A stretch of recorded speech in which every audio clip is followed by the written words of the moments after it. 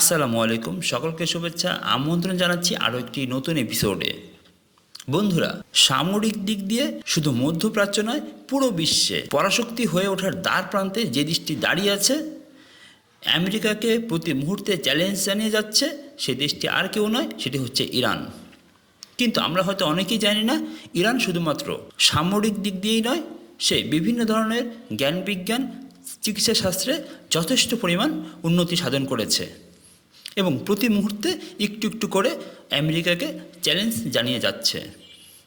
তেমন একটি বিষয় হচ্ছে সিনা robotic surgical system. Robotic surgical সিস্টেমের যে একচেটিয়া আধিপত্য ছিল এতদিন আমেরিকার, সেই কমার্শিয়াল রোবোটিক সার্জিক্যাল সিস্টেমের এই একচেটিয়া আধিপত্যকে ইরানের সিনা রোবোটিক সার্জিক্যাল সিস্টেম তাদের একচেটিয়া আধিপত্য খর্ব করেছে। চলুন আজকে আমরা এই সিনা রোবোটিক সার্জিক্যাল সিস্টেম সম্পর্কে একটু জ্ঞান অর্জন করি। ইরানের তৈরি সিনা রোবোটিক সার্জারি সিস্টেম বিশ্বের অন্যতম উন্নত সার্জিক্যাল রোবট। তেহরানে ইরানের দ্বিতীয় আন্তর্জাতিক উদ্ভাবন ও প্রযুক্তি মেলা বা ইনফোটেক্স 2015-এ এই রোবটের মোড়ক উন্মোচন করা হয়েছিল।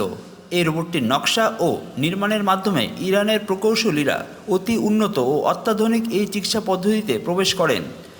ইরানি বিজ্ঞানীদের এই রোবট তৈরির আগে আমেরিকার তৈরি দ্য ভিঞ্চি ছিল বিশ্বের একমাত্র বাণিজ্যিক সার্জিক্যাল রোবট। ইরানের ইতিহাসের বিশ্বখ্যাত বিজ্ঞানী ও চিকিৎসক বু আলী সিনার নাম অনুসারে ইরানের তৈরি এই রোবটটির নাম রাখা হয়েছে সিনা রোবোটিক সার্জারি। সিনা রোবোটিক সার্জারির কার্যক্রম।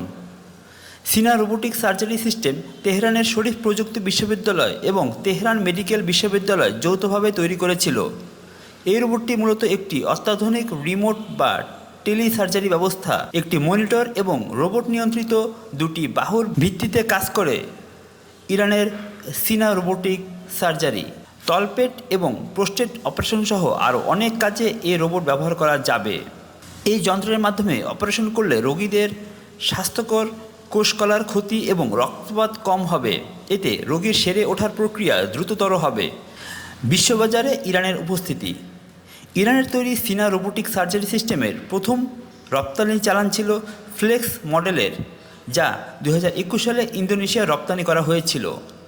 ইন্দোনেশিয়ায় সিনা রোবোটিক সার্জারি সিস্টেম এমন সময় রপ্তানি করা হয়েছিল যখন এই দেশটি এর আগে আমেরিকার তৈরি the Vinci remote surgical robot system ব্যবহার করত। দ্য ভিঞ্চি রোবটটি অনেক দামি হওয়ায় অস্ত্রোপচারের জন্য তা এই মুহূর্তে ইন্দোনেশিয়ায় ব্যবহার করা হচ্ছে না।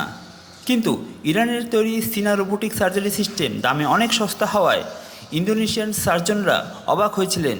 এ কারণে ইরানের তৈরি রোবটটিকে তারা স্বাগত জানায়। ইরানের স্বাস্থ্য চিকিৎসা ও মেডিকেল শিক্ষামন্ত্রী বাহরাম আইনুল্লাহি জানিয়েছেন, ইন্দোনেশিয়া তার নতুন প্রতিষ্ঠিত অনেক হাসপাতালকে ইরানের উৎপাদিত চিকিৎসা সরঞ্জামাদি দিয়ে সুসজ্জিত করতে চায়। যাই হোক, ইরানের তৈরি এই পণ্য আন্তর্জাতিক বাজারে বেশ জনপ্রিয়তা ও খ্যাতি অর্জন করেছে।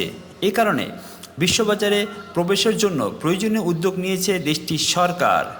এসব উদ্যোগের মধ্যে Russian central research and development institute in robotics and cybernetic technologies, সংক্ষেপে RTC এর সাথে ইরানের তৈরি এই সিস্টেমের যৌথ উৎপাদনের চুক্তি হয়েছে। এই চুক্তি অনুসারে সিনা সার্জিক্যাল রোবটটির অর্ধেক অংশ ইরানে উৎপাদিত হবে এবং এসকিডি হিসাবে রাশিয়ায় রপ্তানি করে সেন্ট পিটার্সবার্গে তা অ্যাসেম্বলি করে পরিপূর্ণভাবে তৈরির কথা রয়েছে।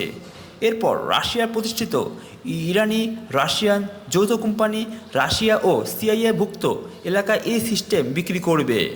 আপনাদের সুবিধার্থে জানিয়ে রাখি, CIS কান্ট্রিগুলো হচ্ছে Belarus, Moldova, Tajikistan, Azerbaijan, Russia, Uzbekistan, Kyrgyzstan, Kazakhstan, Armenia এবং তুর্কমেনিস্তান। এছাড়া ইরান ইউরোপীয় বাজারেও প্রবেশের চেষ্টা করছে।